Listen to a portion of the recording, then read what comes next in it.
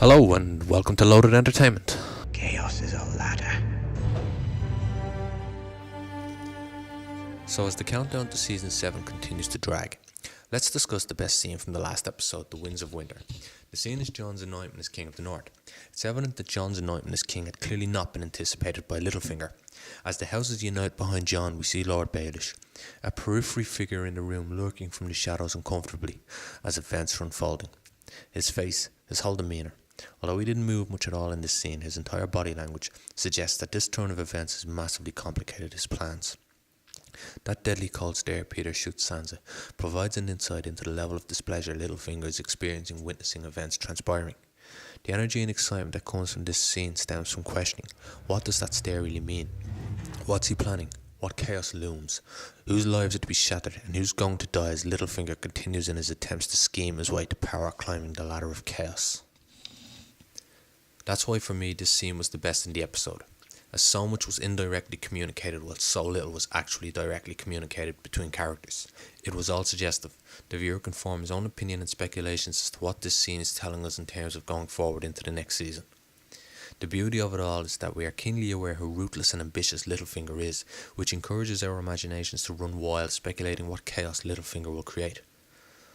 We know from that glare, shit's going down, giving the impression that in the next series the show is going to really ramp up and go next level as characters and plotlines begin to come together. What that piercing stare does tell us, however, I believe, is that Lord Baelish now massively regrets declaring for House Stark for all to hear. The look Peter gives Sansa indicates he's now viewing her as a bad investment. And we know all too well that Littlefinger doesn't like bad investments, and is willing to do whatever he needs to remedy any personal losses mitigated. This leads one to question whether Lord Baelish would kill Sansa on his quest for the throne. In my opinion, absolutely. Indirectly, of course. For all the chaos he creates, he rarely has any hands-on involvement. He's usually just pulling the strings from behind the curtain, Lysa Arryn being the exception. So yes, I do believe Littlefinger would kill Sansa, regardless of the fact that just moments prior he made romantic advances towards her. Upon eye contact with Littlefinger, Sansa's facial expression shifts rapidly from joy and pride to a facial expression that indicates, having spent so much time with Baelish, she is fully aware of the gravity of the situation and the danger her and Jon now face.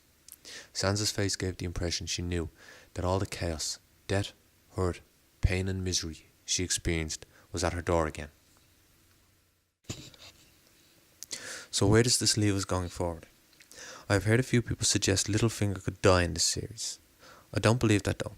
Littlefinger is the most important character in the show. He pulls the strings in his environment, and I expect his character to grow. As the stakes get higher, I expect Littlefinger to excel in the games of power. He understands the laws of power better than anyone. He is Machiavellian to the core. Littlefinger is responsible for everything that is transpiring in Westeros. From the death of Jon Arryn, to the Lannisters and the Starks at each other's throats, Littlefinger has guided the chaos throughout the kingdom. I think that the next series is going to reveal a lot more information about Littlefinger, particularly his past, his early interactions with Catelyn Stark, such as how he came to fall in love with her when she was still a Tully. Based on what we know of Littlefinger, his desire for Cat may have arose from ambition to climb the ladder.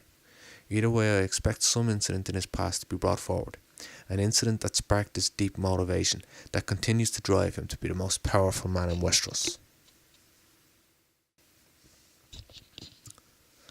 This is the first video I've made, so feel free to like it, subscribe, or abuse me in the comment section. Thanks for watching.